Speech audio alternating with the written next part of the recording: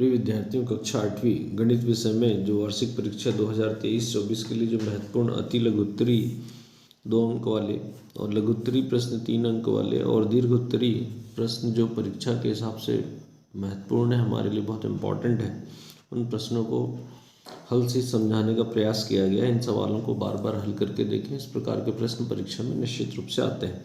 जैसे पहला सवाल है कि एक समभुज की भुजाओं की संख्या ज्ञात कीजिए जिसका प्रत्येक बाह्य कोण की माप 60 अंश है। तो जब भी इस प्रकार का प्रश्न दिया हो तो हम भुजाओं की संख्या बराबर 360 अंश बटे एक कोण की माप। 360 एक कोण हमको 60 अंश का दिया है। जब इसको हम सरल करेंगे तो बराबर 6 आ जाएगा। तो हमारा जो उत्तर होगा भुजाओं की संख्या 6 होगी। दूसरा प्रश्न हम देखें कि एक समांतर चतुर्भुज के एक आसन्न कोण की माप 60 अंश है, तो दूसरे आसन्न कोण की माप ज्ञात कीजिए। तो यहाँ एक समांतर चतुर्भुज ABCD है जिसमें एक कोण 60 अंश का दिया है। तो आसन्न कोणों का योग कभी भी 180 अंश होता है। तो कोण A धन कोण B बराबर 180 अंश आसन्न कोणों का योग। तो हमारे पास A का मान 60 अंश दिया है, तो 60 धन B बराबर 180। तो कोण B बराबर 180 ऋण 60 बराबर 120 अंश, अर्थात दूसरा आसन्न कोण जो है उसका मान 120 अंश होगा। हम तीसरा सवाल देखें कि दिए गए समांतर चतुर्भुज में कोण R बराबर 80 अंश है, तो अन्य सभी कोणों का माप ज्ञात कीजिए। इसमें कोण R जो है 80 अंश का दिया गया है और ये समांतर चतुर्भुज, तो समांतर चतुर्भुज के सम्मुख कोण बराबर होते हैं और आसन्न कोणों का योग 180 अंश होता है। तो इसी गुण के आधार पर हम देखेंगे कोण R 80 अंश का है, तो इसके सामने का जो कोण है P वो भी 80 अंश का होगा। इसी प्रकार हम कोण R धन RQ बराबर 180 अंश आसन्न कोणों का योग होता है। तो यहाँ R का मान 80 अंश है और Q का हमको मान ज्ञात करना है। तो हम R, तो यहाँ पर कोण Q बराबर 180 ऋण 80, तो Q बराबर 100 अंश। तो अब जब Q 100 अंश का आएगा तो इसके सम्मुख कोण भी S भी 100 अंश का होगा, तो इसलिए S बराबर भी 100 अंश। तो उत्तर हो जाएगा P बराबर 80 अंश, Q बराबर 100 अंश और कोण S बराबर 100 अंश। हम महत्वपूर्ण सवालों के क्रम में अगला सवाल देखते हैं। यदि ABCD एक आयत है तो x का मान ज्ञात कीजिए। तो आयत, यहाँ पर आयत का प्रत्येक कोण 90 अंश का होता है। तो इस आधार पर चाहो तो हम ये भी लिख सकते हैं कि प्रत्येक कोण 90 अंश का होता है, इसलिए x बराबर 90 अंश। या चारों कोण बराबर होते हैं तो x धन x बराबर 360 अंश। तो x को 4 बार जोड़ा तो 4x बराबर 360, तो x बराबर 360 बटे 4। तो इसको सरल करेंगे तो 90 अंश आ जाएगा। तो इस प्रकार से इसका उत्तर 90 अंश हो जाएगा। प्रश्न क्रमांक 5 में है कि मान ज्ञात कीजिए। तो 2 की घात 0 धन 3 की घात ऋण 1 गुणित 3 की घात 2। तो 2 की घात 0 का मान, कभी किसी भी संख्या की घात अगर 0 हो तो 1 होता है, तो 2 की घात 0 मतलब 1। 3 की घात ऋण 1 है तो इसको हम धनात्मक बनाने के लिए 1/3 लिख देंगे। 3 का वर्ग मतलब 9 होता है। अभी जो कोष्टक में जो संख्या है इसको हम हल करेंगे तो यहाँ बटे में कुछ नहीं, मतलब 1 है। तो 3 एक कम, यहाँ लघुत्तम समापन 3 हो जाएगा, तो 3 धन 1 बन जाएगा। तो 3 धन 1 4 और बाजू में 9 है, तो 3 से जब भाग देंगे सरल करेंगे तो 9 कट जाएगा 3 बार, तो 4 तिया 12। तो इस प्रकार से उत्तर इसका 12 हो जाएगा। प्रश्न क्रमांक 6 में हम देखें कि m का मान ज्ञात कीजिए। यदि ऋण 3 की घात m धन 1 गुणित ऋण 3 की घात 5 बराबर ऋण 3 की घात 7 है, तो हम देखेंगे यहाँ सबके आधार समान है। तो आधार समान होने पर घातें आधार समान हो और गुणा किया जाए तो घातें आपस में जुड़ती, तो इसलिए यहाँ ये दोनों घातें आपस में जुड़ेगी। तो m धन 1 धन 5 बराबर 7, क्योंकि ये दोनों घातें आपस में जुड़ जाएगी। तो इसको जब हम कोष्टक खोलेंगे तो m धन 1 धन 5 बराबर 7 है, तो 1 और 5 6 हो गया। 6 का पक्षांतर करेंगे तो 7 में से 1 घट जाएगा। तो इस प्रकार से m बराबर 1 इसका उत्तर होगा। अगला प्रश्न है कि मानक रूप में लिखिए। तो मानक रूप में जब हमको लिखना हो, जैसे 6872 है, इसको मानक रूप में लिखेंगे। जब मानक रूप में लिखते हैं तो कभी भी दशमलव की बाईं तरफ एक ही अंक होना चाहिए। तो यहाँ हम दशमलव को यहाँ से यहाँ 3 अंक ला रहे हैं, इसलिए 10 की घात 3 हो जाएगा। दशमलव बाईं तरफ जा रहा है, अर्थात ये 1000 का भाग देने पर होगा। इसी प्रकार यहाँ 27,300 है, तो इसमें भी दशमलव यहाँ से हम 4 अंक लाएंगे, इसलिए 10 की घात 4 होगा। तो 2.73 गुणित 10 की घात 4। यहाँ पर हमको दशमलव को दाहिनी तरफ ले जाना है, तो हम कितनी संख्या ले जा रहे हैं, 1 2 3 4 5 ले आ रहे हैं, इसलिए 10 की घात ऋण 5 हो जाएगा और ये 7.8 बन जाएगा। हम अगले महत्वपूर्ण सवालों में देखें तो यहाँ पर हमको x का मान ज्ञात करना है। तो यहाँ 5 की घात 2x धन 1 है भागित 25 बराबर 125। तो अब यहाँ हम देखें कि इनमें तीनों में आधार समान नहीं है, तो 5 की घात 2x धन 1 है, 25 को हम 5 का वर्ग लिख सकते हैं और 125 को हम 5 का घन लिख सकते हैं। इस प्रकार हमने लिखा कि 5 की घात 2x धन 1 भागित 5 की घात 2 बराबर 5 की घात 3। अब यहाँ तीनों के आधार समान हो गए, आधार समान होने पर भाग देने पर घातें आपस में घटती है, तो यहाँ पर 5 की घात 2x धन 1 ऋण 2 हो जाएगा और इसी प्रकार 5 की घात 3। जब इसको हम आधार समान है तो घातों की तुलना कर सकते हैं, तो इसको बराबर करके लिखने पर तो हम 2x धन 1 ऋण 2 बराबर 3 लिखा। इसमें से 2 में से 1 घटेगा तो ऋण 1 बचेगा, 1 का पक्षांतर करेंगे तो 3 धन 1 हो जाएगा, 3 धन 1 4, तो यहाँ 2 का पक्षांतर करेंगे तो 4/2, तो सरल करने पर 2 उसका उत्तर हो जाएगा। इसी प्रकार हम अगला सवाल देखते हैं कि एक 3 मीटर लंबी लकड़ी की परछाई 4 मीटर लंबी है, उसी समय एक खंभे की परछाई 24 मीटर लंबी है, तो उस खंभे की ऊंचाई ज्ञात कीजिए। तो हम जो ज्ञात करना है उसको x मान लेंगे, तो माना खंभे की ऊंचाई बराबर x मीटर है, तो लंबाई यानी उसकी ऊंचाई जो है वो और परछाई की लंबाई, तो हम देख रहे हैं कि 3 मीटर लंबा या ऊंचा जो है उसकी 4 मीटर लंबी परछाई बन रही, तो x मीटर अगर लेंगे इसको हमने तो यहाँ 24 बन रहा है। तो ये एक अनुक्रमानुपाती विचरण है, समानुपाती विचरण है, क्योंकि जितना ज़्यादा खंभा लंबा होगा उतनी लंबी उसकी परछाई बनेगी। तो हम इसको समानुपाती विचरण में 3/4 बराबर x/24 लिखेंगे और यहाँ x का मान निकालना तो 24 ऊपर आ जाएगा, तो इसको सरल करने पर ये 4 से 24 6 बार कट जाएगा, 6 दिया 18, तो अर्थात खंभे की ऊंचाई 18 मीटर होगी, ये इसका उत्तर होगा। अगले सवाल में हम देखते हैं कि एक विशेष प्रकार के 5 मीटर कपड़े का मूल्य 210 रुपये है, तो उसी प्रकार के 13 मीटर कपड़े का मूल्य ज्ञात कीजिए। तो हमको यहाँ दिया गया है कि 13 मीटर कपड़े का मूल्य हम मान लेते हैं x रुपये है, तो कपड़े की लंबाई तो 5 मीटर थी तब मूल्य 210 था, अब 13 मीटर लंबाई तो हमने माना x, तो यह समानुपाती विचरण है, तो 5/210 बराबर 13/x। तो समानुपाती विचरण में हम जो संख्या है इसी प्रकार से लेते हैं, x का मान चाहिए तो x यहाँ आ जाएगा, 5 नीचे आ जाएगा, 210 का 13 से गुणा, इसको सरल कर लेंगे तो 546 रुपये इसका उत्तर हो जाएगा। इसी प्रकार हम अगला सवाल देखते हैं कि यदि 36 श्रमिक किसी दीवार को 40 घंटे में निर्मित कर सकते हैं, तो उसी कार्य को 18 घंटे में पूरा करने के लिए कितने श्रमिकों की आवश्यकता होगी। यहाँ पर हम देखें कि श्रमिकों की संख्या, माना हमको x श्रमिकों की आवश्यकता होगी, तो श्रमिकों की संख्या और समय घंटों में, तो 36 श्रमिक है तो 40 घंटे में पूरा कर रहे हैं, हमको उसको 18 घंटों में करना, तो x श्रमिक माने, तो ये व्युत्क्रमानुपाती विचरण है, क्योंकि अगर कम समय में काम करना है तो हमको ज़्यादा श्रमिकों की आवश्यकता होगी। तो जब व्युत्क्रमानुपाती विचरण होगा तो ऊपर की संख्या का यहाँ इससे गुणा होगा, बराबर में ये दोनों आएंगे, तो हमने लिखा 36 × 40 बराबर x × 18, 18 से 36 को 2 बार कट जाएगा, 40 दूनी 80, अर्थात 80 मजदूर अगर हम लगाते हैं तो 80 श्रमिकों की आवश्यकता होगी, तो उसको हमको उस समय में पूरा करना है। इसी प्रकार हम अगला सवाल देखते हैं, एक कार 60 किलोमीटर प्रति घंटे की औसत गति से 40 मिनट में दूरी तय करती है, उसी दूरी को 25 मिनट में तय करने के लिए औसत गति क्या होना चाहिए।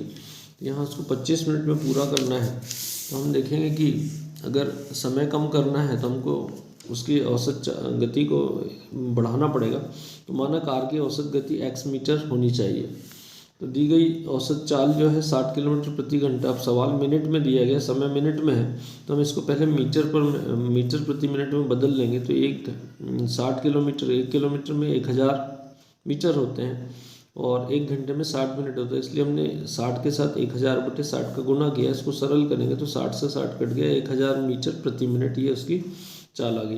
तो औसत चाल जब 1000 मीटर प्रति मिनट है तब उसको समय 40 मिनट का लग रहा है, तो हमने जब x लिया तो 25 मिनट में, यहाँ पर समय 25 मिनट है, तो उसकी औसत चाल कितनी होना चाहिए। तो ये विचरण जो है एक व्युत्क्रमानुपाती विचरण है, क्योंकि अगर चाल बढ़ेगी तो समय कम लगेगा, इस प्रकार से व्युत्क्रमानुपाती, तो हम ऊपर का इसके गुणा करेंगे तो 1000 × 40 बराबर x × 25 किया, इसको सब सरल करेंगे तो ये 25 से 1000 40 बार कट जाएगा, 40 का 40 में गुणा होगा तो 1600 या 1600 मीटर प्रति मिनट हो जाएगा।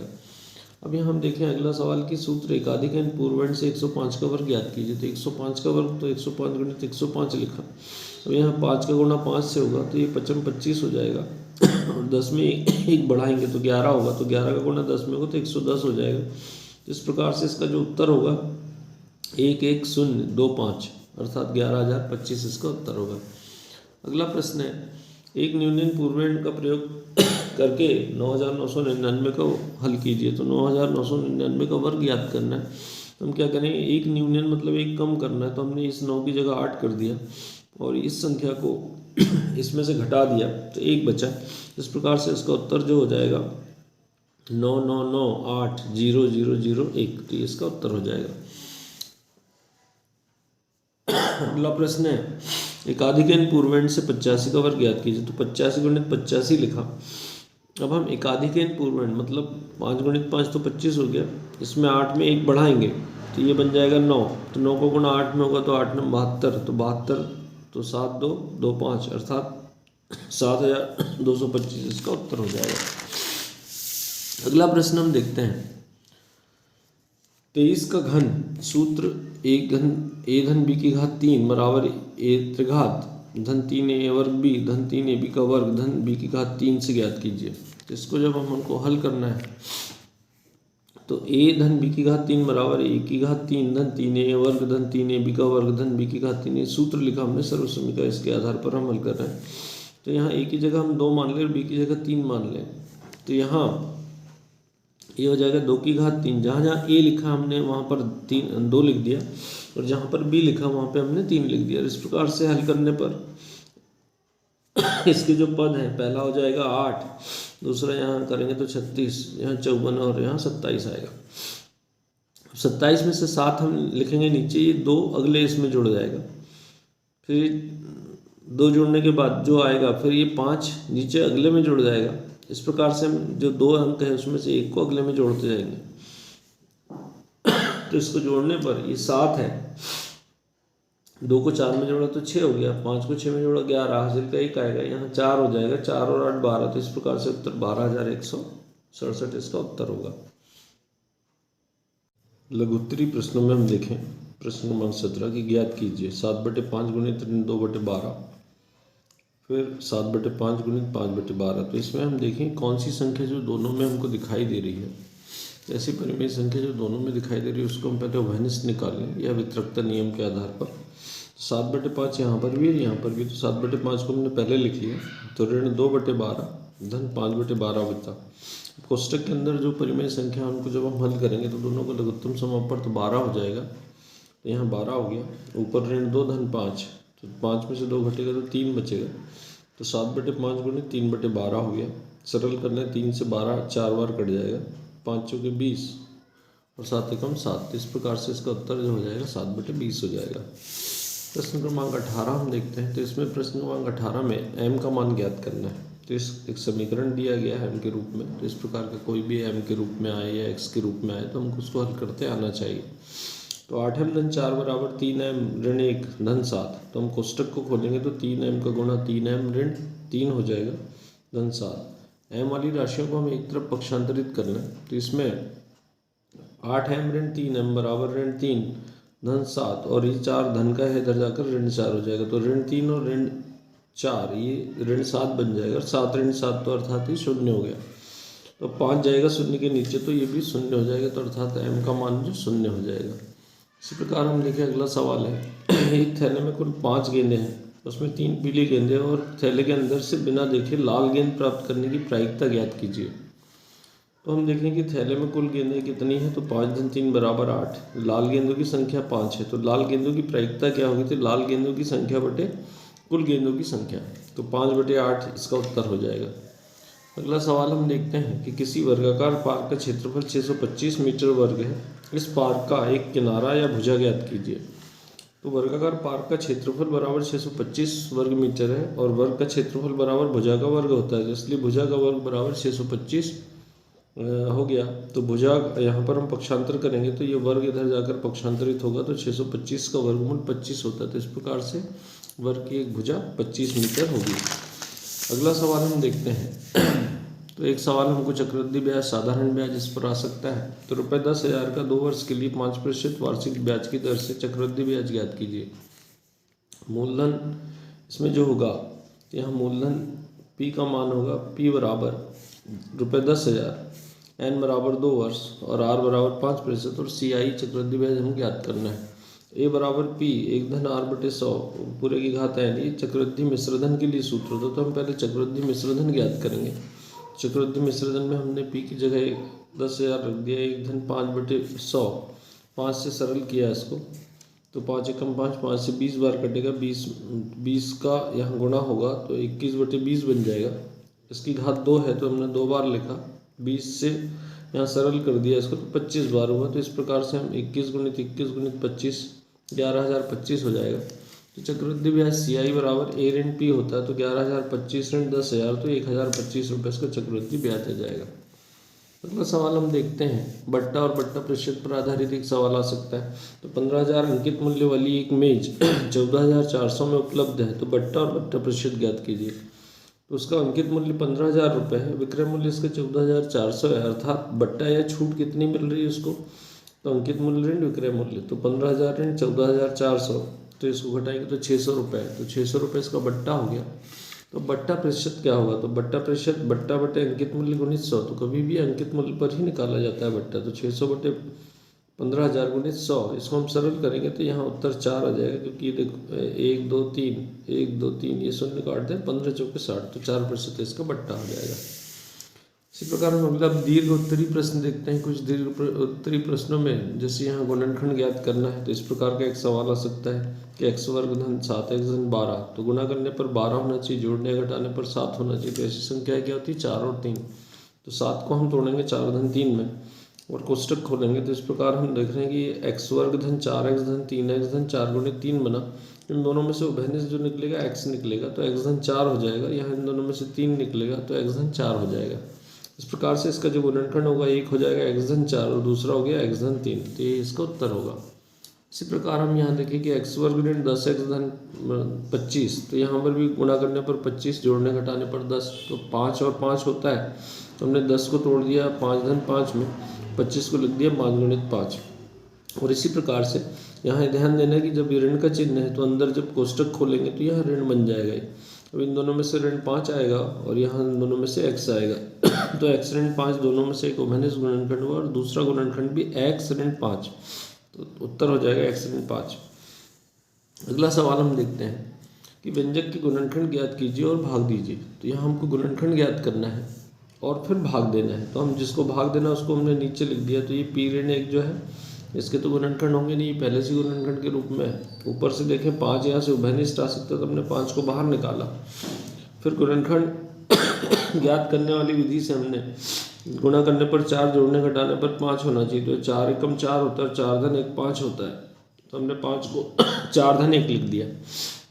जब कोष्टक खोलेंगे तो ये p वर्ग ऋण 4p, यहाँ ऋण p बन जाएगा, धन 4 गुणित 1 बन गया। इन दोनों में से यहाँ पर निकल जाएगा, p बाहर आएगा और इन दोनों में से ऋण 1 आएगा। तो इस प्रकार से हम देखें कि p ऋण 4 आ गया, तो p ऋण 4 एक गुणनखंड हुआ और दूसरा होगा p ऋण 1, तो ऊपर p ऋण 1 और नीचे p ऋण 1 दोनों आपस में कट जाएंगे तो हमारा उत्तर हो जाएगा 5, कोष्टक में p ऋण 4। इसी प्रकार हम देखें a धन b, दूसरे कोष्टक में 2a धन b है और a धन 2b और a ऋण b के योगफल में से a धन b a वर्ग ऋण ab धन b वर्ग को घटाइए। तो हमको यहाँ पर इन दोनों के योगफल में से घटाना, तो हमने इन दोनों को यहाँ पर लिख दिया, पहला पद या पहला बीजगणितीय व्यंजक लिख दिया और इसमें जोड़ना ये वाला तो हमने दूसरा लिख दिया। ऋण घटाइए तो ये तीसरा जो है उसको हमने बाद में लिख दिया। तो अब यहाँ इसको जब हम सरल करेंगे, जैसे a का गुणा किया दोनों से, फिर b का गुणा किया दोनों से, यहाँ इस a का दोनों से होगा, फिर 2b का दोनों से, तो इस प्रकार से ये पद आए। यहाँ इसका a का गुणा इसमें होगा तीनों में, फिर b का गुणा तीनों में होगा, तो ये गुणा करने पर आया जो आसानी से कट रहा है। हमने एक धन वाला और एक ऋण वाला एक कट रहा तो काट दिया। यहाँ पर देखें कि ऋण a वर्ग b और ये धन a वर्ग b, ये भी कट गया, धन a b का वर्ग और ऋण a b का वर्ग ये भी कट गया। इस प्रकार से हमारे पास जो बच रहा है शेष, तो यहाँ पर बचा a की घात 3 धन b की घात 3 दूसरे कोष्टक में, पहले कोष्टक में जो है समान पदों को जोड़ दिया। जैसे 2a का वर्ग है, इसमें a वर्ग जोड़ा तो 3a का वर्ग बन गया। 2ab है धन का, ये भी 2ab तो 4ab बन गया। अब ये 2b का वर्ग में से एक b वर्ग घटा तो ऋण b वर्ग हो गया। तो इस प्रकार से हमने देखा जो शेष बच रहा है वह हमारा उत्तर हो जाएगा। इसी को हम घटते क्रम में जमा लेंगे तो a की घात 3 ऋण b की घात 3 धन 3a का वर्ग ऋण b का वर्ग धन 4ab, ये इसका उत्तर हो जाएगा। इस प्रकार से हमने जो महत्वपूर्ण सवाल है उनको दोहराया, हल किया है, हल करके समझाने का प्रयास किया है। इन सवालों का बार बार अभ्यास करें और परीक्षा में अच्छे से अच्छे अंक प्राप्त करें। धन्यवाद।